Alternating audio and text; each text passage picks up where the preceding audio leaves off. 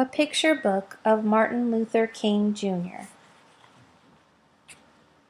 Martin Luther King, Jr. was one of America's greatest leaders.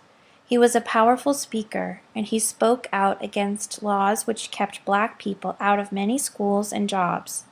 He led protests and marches demanding fair laws for all people. Martin Luther King, Jr. was born on January 15, 1929, in Atlanta, Georgia. Martin's father was a pastor. His mother had been a teacher. Martin had an older sister, Willie Christine, and a younger brother, Alfred Daniel. Young Martin liked to play baseball, football, and basketball. He liked to ride his bicycle and to sing. He often sang in his father's church. Young Martin played in his backyard with his friends. One day he was told that two of his friends would no longer play with him because they were white and he was black. Martin cried. He didn't understand why the color of his skin should matter to anyone.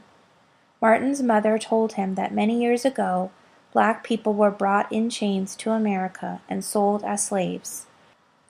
She told him that long before Martin was born, the slaves had been set free. However, there were still some people who did not treat black people fairly. In Atlanta, where Martin lived, and elsewhere in the United States, there were white-only signs. Black people were not allowed in some parks, pools, hotels, restaurants, and even schools. Blacks were kept out of many jobs. Martin learned to read at home before he was old enough to start school. All through his childhood, he read books about black leaders. Martin was a good student. He finished high school 2 years early and was just 15 when he entered Morehouse College in Atlanta. At college, Martin decided to become a minister. After Martin was graduated from Morehouse, he studied for a doctorate at Boston University. While he was there, he met Coretta Scott. She was studying music. They fell in love and got married.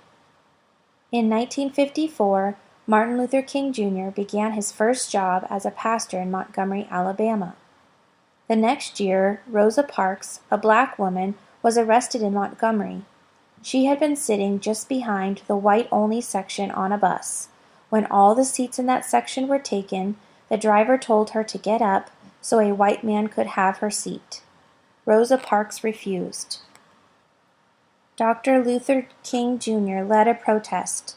Blacks throughout the city refused to ride the buses. Dr. King said, "There comes a time when people get tired of being kicked about." One night, while Dr. King was at a meeting, someone hurt his house. Martin's followers were angry. They wanted to fight. Martin told them to go home peacefully. "We must love our brothers," he said. "We must meet hate with love."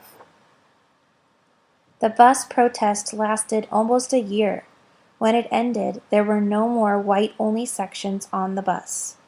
Dr. King decided to move back to Atlanta in 1960. There he continued to lead peaceful protests against white-only waiting rooms, lunch counters, and restrooms. He led many marches for freedom.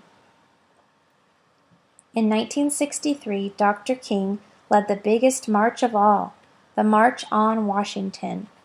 More than 200,000 black and white people followed him. "I have a dream," he said in his speech. "I have a dream that my 4 children will one day live in a nation where they will not be judged by the color of their skin, but by the content of their character." The next year, in 1964, Dr. King was awarded one of the greatest honors any person can win, the Nobel Peace Prize. The country was changing. New laws were passed. Blacks could go to the same schools as whites. They could go to the same stores, restaurants, and hotels. White-only signs were against the law.